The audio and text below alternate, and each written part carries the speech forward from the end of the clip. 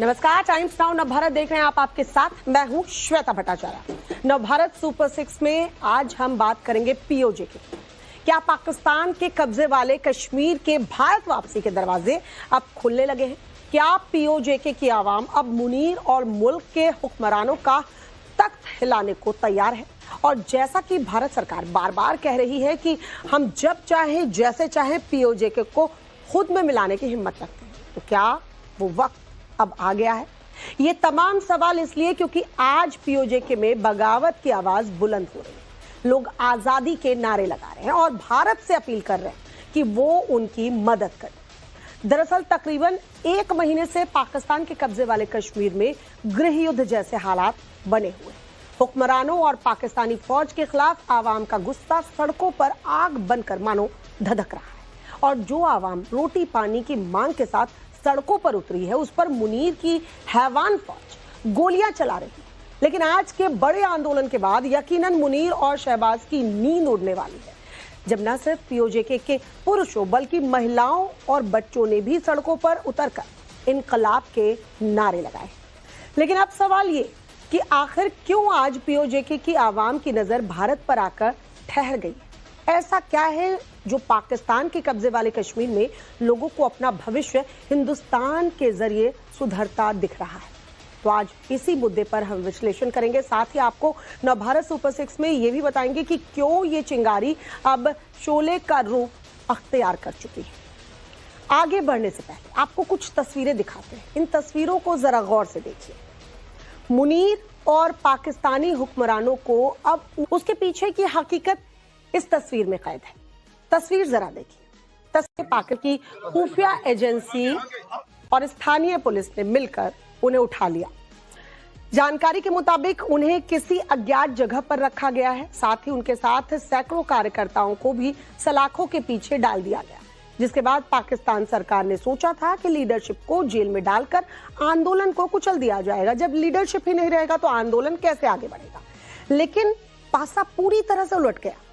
मुजफ्फराबाद समेत तमाम बड़े शहरों में गुस्से की आग भड़क उठी। इसके अलावा जैक के नेता उमर नजीर कश्मीरी ने मुजफ्फराबाद, झेलम और नीलम घाटी के बाशिंदों के नाम एक बेहद भावुक संदेश जो है वो जारी किया, जिसके बाद पीओजे की सड़कों पर मानो जन सैलाब उमड़ पड़ा है।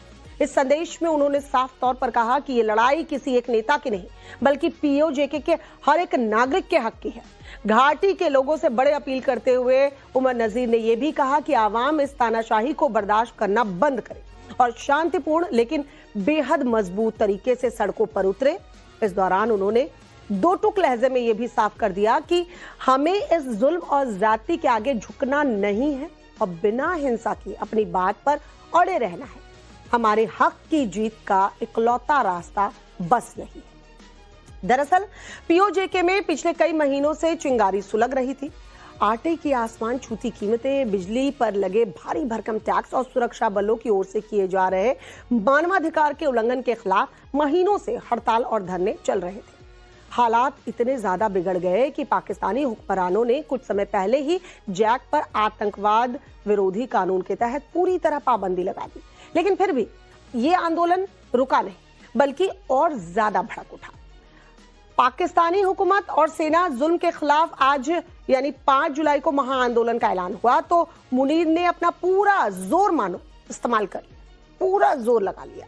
इस महाप्रदर्शन को रोकने के लिए मुजफ्फराबाद और आसपास के जिलों को छावनी में मानो तब्दील कर दिया गया। जगह जगह पुलिस टुकड़ियां तैनात थी, बैरिकेडिंग की गई थी। भारी बैरिकेडिंग के बावजूद लोग जो हैं वो सड़कों पर थे, आंदोलन की कमान संभाल रहे थे। स्थानीय लोग पीछे हटने को तैयार नहीं थे। उनका एक ही कहना था कि सरकार ने नेताओं को जेल में डालकर जनता को डराने की कोशिश की है। लेकिन अब लोग आर्थिक बदहाली के खिलाफ और आजादी के लिए एकजुट हो चुके हैं। यानी जो आवाम है वो अब जाग चुकी है। नेता रहे ना रहे, हम ये आंदोलन आगे जारी रखेंगे। प्रदर्शनकारियों को रोकना मुनीर के फोर्स की बस की बात नजर नहीं आ रही है। वहीं पाकिस्तान के कब्जे वाले जम्मू कश्मीर में अब लोग जो हैं भारत की तरफ नजर टिकाए बैठे हैं। 3 हफ्ते से फूड सप्लाई में रुकावट को लेकर भारत के लोगों से मदद की अपील की गई है। हजारों लोगों ने एक साथ बुलंद आवाज में भारत के साथ फिर से एक होने का ऐलान कर दिया है। उन्हें कोई रास्ता नजर नहीं आ रहा और वो देख रहे हैं कि भारत में हालात क्या है। भारत किस तरह से तरक्की कर रहा है और हमें यहाँ आटा, चावल, दाल, ये जो जरूरत की चीज जिसके बिना जिंदा नहीं रह सकते, वो नहीं मिल रहा है, तो जाहिर सी बात है वो क्यों रहना चाहेगा पाकिस्तान के साथ। इस दौरान जैक नेता अमन खान ने लोगों से पूछा कि क्या उन्हें भारत की तरफ कदम आगे बढ़ाना चाहिए। ये सवाल वहां की जनता से पूछा गया, आवाम से पूछा गया, जिसके जवाब में क्या आया। रावलकोट के ईदगाह ग्राउंड में तकरीबन 80,000 लोग मौजूद थे। बार बार वो लोग कह रहे थे हाँ हाँ हाँ, ये नारे लग रहे थे, भारत में क्या हमें मिल जाना चाहिए। इसके जवाब में वहां 80,000 लोग एक सुर में कह रहे थे हाँ। जवाब सुनिए जरा, आप भी चौंक जाएंगे। उस हफ्ते है सुना आपने, 1971 के जख्म की टीस आज भी पाकिस्तानी हुक्मरानों को रह रहकर परेशान करती है और अब एक बार फिर से मुल्क के हालात ऐसे बन चुके हैं कि टुकड़े होना लगभग तय है, जिसका इशारा रैलियों में आवाम लगातार दे रही है। लेकिन आखिर भारत ही क्यों?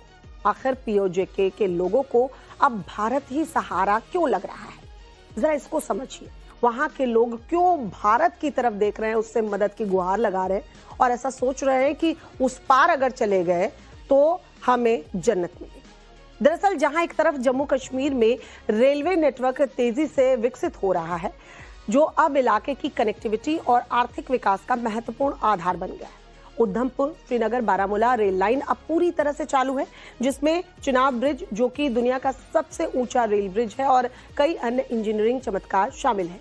इसके अलावा 2025 में प्रधानमंत्री की ओर से महत्वपूर्ण सैंक्शंस का उद्घाटन किया गया, जिससे कि कश्मीर वैली को बाकी भारत से सीधा ट्रेन का कनेक्शन मिला। ट्रेन कनेक्टिविटी जो है वो मजबूत हुई। दूसरी तरफ पीओजेके में रेलवे सुविधा लगभग न के बराबर है। पूरे इलाके में कोई ऑपरेशनल रेल लाइन नहीं। खुंजराब रेलवे या सीपेक से जुड़े कुछ प्रस्तावित प्रोजेक्ट्स वाले सालों से मानो अटके पड़े, जिसका असर यह है कि कनेक्टिविटी सीमित और महंगी बनी हुई है। साथ ही जम्मू कश्मीर में इंफ्रास्ट्रक्चर विकास अभूतपूर्व गति से हो रहा है। केंद्र सरकार के भारी निवेश से सड़कों, टनल्स, पुलों, एयरपोर्ट्स और डिजिटल कनेक्टिविटी में जबरदस्त प्रगति हुई है। 60 से ज्यादा बड़े इंफ्रा प्रोजेक्ट्स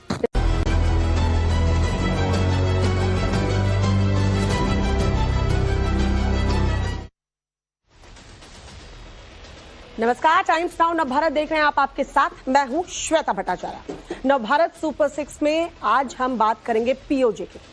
क्या पाकिस्तान के कब्जे वाले कश्मीर के भारत वापसी के दरवाजे अब खुलने लगे हैं?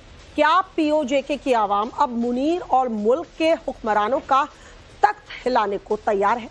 और जैसा कि भारत सरकार बार बार कह रही है कि हम जब चाहे जैसे चाहे पीओजेके को खुद में मिलाने की हिम्मत रखते हैं, तो क्या वो वक्त अब आ गया है? ये तमाम सवाल इसलिए क्योंकि आज पीओजेके में बगावत की आवाज बुलंद हो रही है। लोग आजादी के नारे लगा रहे हैं और भारत से अपील कर रहे हैं कि वो उनकी मदद करे। दरअसल तकरीबन 1 महीने से पाकिस्तान के कब्जे वाले कश्मीर में गृह युद्ध जैसे हालात बने हुए। हुक्मरानों और पाकिस्तानी फौज के खिलाफ आवाम का गुस्सा सड़कों पर आग बनकर मानो धधक रहा है, और जो आवाम रोटी पानी की मांग के साथ सड़कों पर उतरी है, उस पर मुनीर की हैवान फौज गोलियां चला रही है। लेकिन आज के बड़े आंदोलन के बाद यकीनन मुनीर और शहबाज की नींद उड़ने वाली है, जब न सिर्फ पीओजेके के पुरुषों बल्कि महिलाओं और बच्चों ने भी सड़कों पर उतरकर इनकलाब के नारे लगाए। लेकिन अब सवाल ये कि आखिर क्यों आज पीओजेके की आवाम की नजर भारत पर आकर ठहर गई? ऐसा क्या है जो पाकिस्तान के कब्जे वाले कश्मीर में लोगों को अपना भविष्य हिंदुस्तान के जरिए सुधरता दिख रहा है? तो आज इसी मुद्दे पर हम विश्लेषण करेंगे। साथ ही आपको नवभारत सुपर 6 में ये भी बताएंगे कि क्यों ये चिंगारी अब शोले का रूप अख्तियार कर चुकी है। आगे बढ़ने से पहले आपको कुछ तस्वीरें दिखाते हैं। इन तस्वीरों को जरा गौर से देखिए। मुनीर और पाकिस्तानी हुक्मरानों को अब उसके पीछे की हकीकत इस तस्वीर में कैद है। तस्वीर जरा देखिए। तस्वीर पाक की खुफिया एजेंसी और स्थानीय पुलिस ने मिलकर उन्हें उठा लिया। जानकारी के मुताबिक उन्हें किसी अज्ञात जगह पर रखा गया है। साथ ही उनके साथ सैकड़ों कार्यकर्ताओं को भी सलाखों के पीछे डाल दिया गया, जिसके बाद पाकिस्तान सरकार ने सोचा था कि लीडरशिप को जेल में डालकर आंदोलन को कुचल दिया जाएगा। जब लीडरशिप ही नहीं रहेगा तो आंदोलन कैसे आगे बढ़ेगा? लेकिन पासा पूरी तरह से उलट गया। मुजफ्फराबाद समेत तमाम बड़े शहरों में गुस्से की आग भड़क उठी। इसके अलावा जैक के नेता उमर नजीर कश्मीरी ने मुजफ्फराबाद, झेलम और नीलम घाटी के बाशिंदों के नाम एक बेहद भावुक संदेश जो है वो जारी किया, जिसके बाद पीओजेके की सड़कों पर मानो जन सैलाब उमड़ पड़ा है। इस संदेश में उन्होंने साफ तौर पर कहा कि ये लड़ाई किसी एक नेता की नहीं बल्कि पीओजेके के हर एक नागरिक के हक की है। घाटी के लोगों से बड़े अपील करते हुए उमर नजीर ने यह भी कहा कि आवाम इस तानाशाही को बर्दाश्त करना बंद करे और शांतिपूर्ण लेकिन बेहद मजबूत तरीके से सड़कों पर उतरे। इस दौरान उन्होंने दो टुक लहजे में यह भी साफ कर दिया कि हमें इस जुल्म और ज्यादती के आगे झुकना नहीं है और बिना हिंसा की अपनी बात पर अड़े रहना है। हमारे हक की जीत का इकलौता रास्ता बस यही है। दरअसल पीओजेके में पिछले कई महीनों से चिंगारी सुलग रही थी। आटे की आसमान छूती कीमतें, बिजली पर लगे भारी भरकम टैक्स और सुरक्षा बलों